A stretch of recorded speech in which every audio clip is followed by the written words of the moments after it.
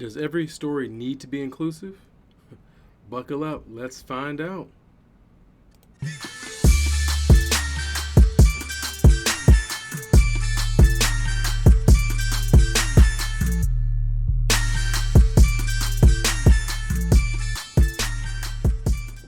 So, my name is Harry Hawkins.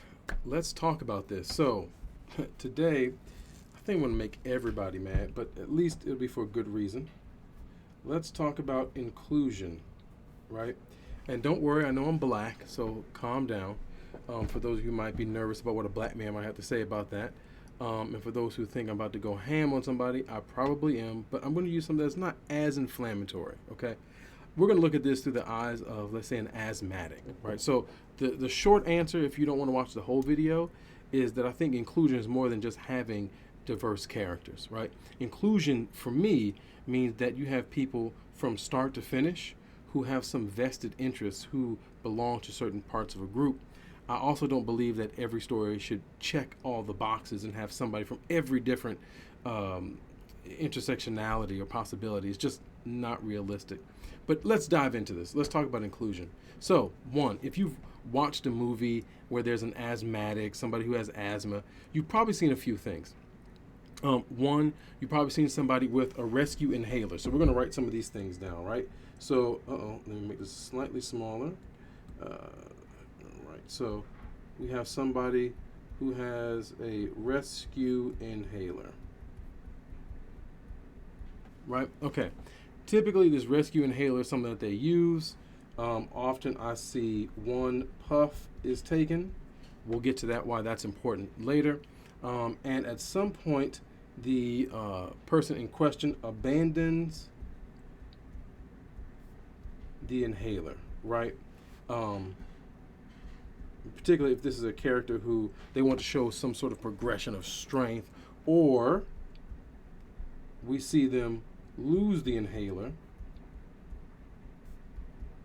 and they are incapacitated, right? Typically, the inhaler is there to do one of these two things, where somebody decides they don't need it and they chuck it, like, oh, I don't have asthma anymore because I'm courageous.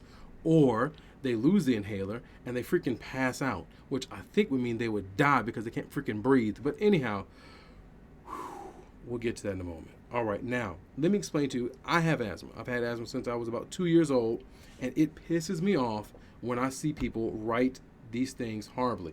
Let's start with the most obvious issue with this. First, if you have a rescue inhaler, right? The only rescue inhalers that I know of, or the most common, I should say, is going to be albuterol. I'm going to write this out for you, because if you are writing a character with that has asthma and you don't know this, cut it out. I'm going to spell it out for you so you can write it and see it. Look it up. Albuterol. Okay. Now, albuterol inhalers require 2 puffs. That's what the instructions say. Your doctor, your respiratory therapist, if you're a kid, your parents are going to make sure that you take 2 puffs. So having somebody take 1 puff and like, oh, that's what I needed? No. So take a puff, inhale, hold it, and then release. For children, sometimes they even have an adapter that looks like an empty water bottle or something like that, right? That you spray it into, and then you inhale from there to make sure that more of the medicine gets into your system. But anyhow, you don't have to have that. But typically it makes it a little bit easier for kids. Now, because I grew up with asthma, my parents did not let me go out into situations where I might have an asthma attack and they didn't know about it, right? So there were certain triggers for me. Cold, wet air. So if in the wintertime, if it was snowing, even in Georgia, and it doesn't snow that much in Georgia, but when it did, we get this little dusting. When I was younger, my parents wouldn't even let me go play, okay? So if you have a child in your story with asthma, one, their parents are going to be very protective of them, because the parents do not want them to not be able to breathe.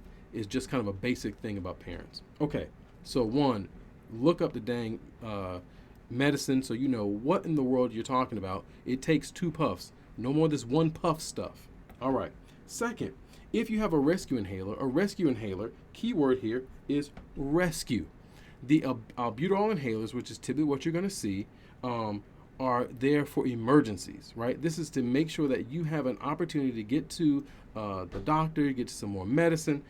this is not something that you use as your primary means of dealing with your asthma. Matter of fact, if you go to the doctor and they ask you questions about your asthma, and they say, hey, how often do you have to use your rescue inhaler? If it's a few times a week, many times your doctor will say, I don't think your asthma is well controlled, right? If you have to use that inhaler more than once a day, it's definitely not well controlled asthma, right? In most cases. So what that means is that rescue inhaler, you'll still have that, but they're going to put you on a control medicine. This is going to be something that you take at home. Many times they prescribe those that are still inhaled, but you also have some pill forms if those don't work, because they can cause issues with your throat. But again, if you're a kid, your parents are going to make sure that you definitely get all the medicine that you need on a daily basis, right? Trust me, there are things I couldn't even do with my friends sometimes because I didn't have it. And if I went somewhere, my parents definitely made sure that whoever was responsible for my safety and care knew about my medicine regimen. Okay, so rescue inhaler. So if you have a juvenile particularly who needs their inhaler so much that they don't get a puff, 2 puffs again, they don't get that inhaled medicine, that they're going to pass out from lack of oxygen, then they definitely need some sort of control medicine. So I'm going to write this down for you here. Look at this, control medicine, okay? You can't just have people passing out because they can't freaking breathe. It's a bit of a problem. They don't just wake up later and the asthma's gone. They're dead. They're dead, okay? So look, keep it with me. Okay, here we go. So we talked about the rescue inhaler. We got the puff, 2 puffs.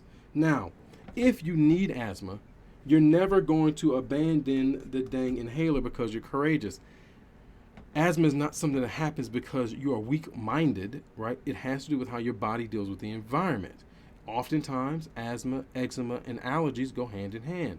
You want to know why? Look it up, okay? I'm not your medical diary, but trust me, look it up. That's what happens. So you're not going to get courageous and go, I don't even need this inhaler, and chuck it. It ain't going to happen. Stop writing that. Now, the second thing, if somebody loses the inhaler, this could be an issue, but chances are, if they lose the inhaler and they have really severe asthma, it's okay because they have control medicine. Secondly, you typically have multiple inhalers, right? I keep one in my car, I keep one in my house, and I keep one in my briefcase or book bag that I'm taking with me. So at any point, I'm very close to having a rescue inhaler. I also have control medicine that I take on a regular basis, okay? So just losing one is not going to do it, right? Because if you're at school, you probably have one that the school has, and then maybe one that's kept in your book bag. And there are other things too that are stimulants. So things that help you deal with your asthma. Caffeine is one of them. So if you can't get to inhaler, but you can get to coffee or Coke, Mountain Dew, something that has a lot of caffeine in it, that will give you a little time to get to where you're going. Now, the other thing is, so when it comes to asthma, and I'm ranting a little bit, right? Because maybe this is easy for you to take than me talking about racism. But here's the thing, right? So when I'm watching a movie and somebody has asthma, typically the way they're presented is that this person is weak because they have asthma. And either they're going to become a liability, right? Because they lose their inhaler and now they're getting beat up or kidnapped. Or they are going to, decide to be courageous, and they're going to chuck this inhaler. They don't need this thing. They'll breathe on their own bold lungs or something. I don't even know what happens. It's so freaking stupid. I hate it, right? So what happens is I understand that in this situation, somebody took an ailment, asthma, right, because it's common, and typically people outgrow it, not because they're courageous, but because their body is dealing with the environment differently. Anyway, they're really using asthma as a crutch for their bad writing, right? You want to show some sort of progression in your character. You want to up the ante by creating some tension, and their asthma is a way to do that, right? That's horrible. Let me explain 2 ways we can handle this. One, if you want to have somebody who gets stronger, right? Somebody who, says, I'm going to be brave. I'm going to be courageous. Then what we can do here, if they're asthmatic, right, is that instead of chucking their inhaler, I know that if we need to run, let's say to get away from somebody, and I can tell where my lungs are at the moment, that I'm not going to be able to maintain that speed or that distance, or really I'm going to be probably the slow one, then what I might do is stand my ground, right? So this is where my courage could come in. You know, I'm going to stand my ground. What I would do first is I would take 2 puffs to give me the best shot of either running or fighting. And then I would stand, because I know that eventually I'm going to get caught anyway. So I better fight while I have as much of my lung capacity as possible than run, weaken myself, and then fight, right? So if you want your character who has asthma to be brave, here's what happens when you have somebody who can talk about that from a personal lens. Here's how I would do it. I know I'm not going to be able to run, or at least run fast enough to outrun the bad guy, or to be not the last one in the group. So what am I going to do? Well, we're going to have to freaking fight. I'm going to take my 2 puffs and knuckle up. Okay? That's what we're going to do. Now, 2, let's say you want them to be a liability. So you want to kind of increase the tension. You say, oh boy, this person has asthma, and we need to increase the tension. Well, here's some things that you can do. One, if you have asthma, particularly, let's say someone who's a teenager, maybe they are ignoring the signs, right? They know they're wheezing, but they don't want to look like a dweeb and sucking on this rescue inhaler, so they don't use it. They're a little wheezy. They're in a place where they already have the triggers. Could be allergies like dust, pollen, could be cold, wet air like me, whatever it is. And please do your research before you just assign somebody a trigger like fear. Maybe, but just don't rely on that. Anyway, make sure there's some medical grounding in it, and it's common. Anyway, you might have someone who's ignoring the signs. And so they ignored the signs. Maybe they left their inhaler or skipped their medicine. Now, if you have control medicine and you don't take it because you don't like the way it messes with your voice, right? Because some of those things you're supposed to gargle and rinse your mouth out, but still it can mess with your vocal cords, right? So if, let's say, you don't like that, you have a speech, or you're trying to be romantically inclined and you really want the deep booming voice to attract the ladies or something, I don't know, whatever.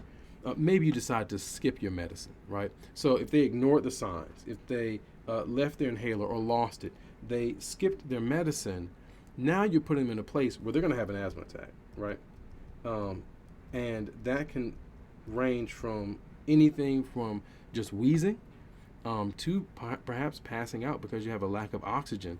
But either way, you're going to, it's going to affect everything, right? So not having enough oxygen in your breath causes you to not be able to think clearly, cause you perhaps to pass out if you're trying to push past it. But the other thing also to remember is that if you're in the middle of this, exercise in some cases can help with the symptoms. So for instance, there are times that I didn't tell my parents that I was in this area where I was wheezing, right? I was in the marching band in high school, and I loved it, loved it. I was a band geek, and I bled valve oil, okay? Trumpet power all day, every day. Here we go. So at night, when in the fall, the air is cold and it's moist, and I need to go out and play my trumpet, I do not want my parents to pull me away from the marching band show. So I don't tell them that I'm kind of wheezy, right? Because I know they'll ground me. They'll just keep me at home. And so I go out, and I have my rescue inhaler. I've used it, right? But it's still not working all the way. Well, I'll go out and march. And once I get done walking and playing and really exercising my lungs, blowing into this trumpet, the symptoms had lessened, right? So instead of having an asthma attack, I actually had a great time. So just know some of this stuff. This is why it's important to have inclusion, because just having a basic idea of asthma, oh, they can't breathe, they need a rescue inhaler, I'll play around with that. Don't be lazy. Do your research if you're going to use that. But this is why it's important to have people This is why it's important to have inclusion at all levels, right? Because you can just throw an asthmatic into a story just to make it easy to either make them stronger or become a liability to increase that tension, right? That's easy, but it's bad writing if you do it in a way that doesn't really line up with how asthma attacks happen, right? And so, to answer the question that I posed first, does every story need to be inclusive? And what I mean by that is, does every story need to have a black person, Hispanic, Latinx, Asian, LGBTQ plus, right? Do we need to check all the boxes? Someone who's otherly abled? No, we don't, right? What I really want to know is, what is your social location, right? What do you have that you can play around with, like asthma, like your ethnicity, like your age, where you grew up, your region, your culture? There's a ton of stuff that makes you unique, that really flavors a story well, right? Because you can really take something, and if you want to include asthma in it, like if we want to make them a liability, there's all sorts of things we can do to make this story much more rich, right? Ignoring the signs. We have a teenager who's being rebellious. They left their inhaler. They're struggling to be responsible. They skipped their medicine. They're really feeling some peer pressure, right? And all of a sudden, now we have a story, right? We have a story. We have somebody who has some challenges. There's some things they want. They want to be accepted by their peers, but maybe they don't, and the asthma is getting in the way, so they try to ignore it. And guess what? It doesn't work out. But maybe when you get to the end, this exercise makes them stronger. We get back to they were a liability, now they're stronger. Oh my gosh, that sounds like an amazing story. So, what I do believe though, when it comes to inclusion, and this will be a part one, we're gonna have to really tackle this like a big steak. We're gonna have to eat it chunk at a time. But what I really believe is that if we want to talk inclusion, then we need to talk inclusion at every level. And let's just talk about books, right? If you have a white writer who is adding in a black character to be inclusive, and they're submitting that to a white agent who's submitting that to a white editor who's publishing it at a white publishing company, that's tokenism, right? Similar to how we can see that the asthmatic has become tokenized in so many stories just to make things work, right? Just for somebody to have that moment where they become brave, or where somebody passes out and they can't, they can't capture the bad guy, or they get captured by somebody because they don't have the lung capacity to fight it off. Oh my goodness. Okay, so here's the thing. The short answer is, one, I'll always recommend that as you're looking for your voice, honor how you grew up, how you're made, how you think, what you've experienced, because that is where you find the keys to some amazing stories. Two, if we're talking inclusion, this must be more than just having people who have differences who are othered in some way, in this case, asthma, right?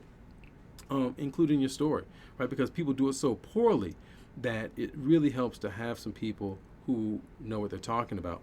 So that's the end of the video. Wait, one more thing. If you don't know enough about this, about anything where you're trying to be inclusive, and you have to go get other people to speak into that, please pay them, or make them, and pay them well. I recommend making them a co-author of your book. If you couldn't write the book without their input, or you couldn't write it well, make them a co-author. Quit playing. Quit taking advantage of people who, okay, anyhow, we won't get off that soapbox. So I'll see y'all later. Now go ahead and go write. I'm out here. See y'all next time.